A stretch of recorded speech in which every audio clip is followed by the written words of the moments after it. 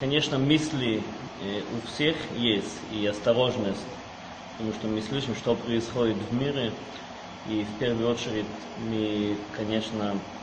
заботимся о старшем поколении, даже если молодые не очень боятся так, не так страшно, но не понимаем, что это надо беспокоиться как-то о старшем поколении. Но сейчас это пока на уровень личный, как каждый человек, как принимает него решение. Большая паника не видна. И мы живем в России, поэтому мы, конечно, ждем официальные, какие указания будут со стороны власти, что нам надо делать, пока нету никаких ограничений в синагоге, мы не ограничили молитвы. Единственное, что, конечно, массовые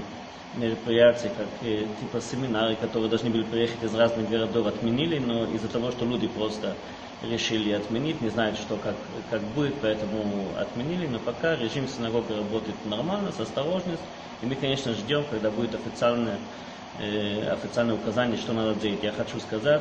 что, конечно, как верующие люди, мы верим, что есть хозяин мира, и в этом моменте, конечно, очень важно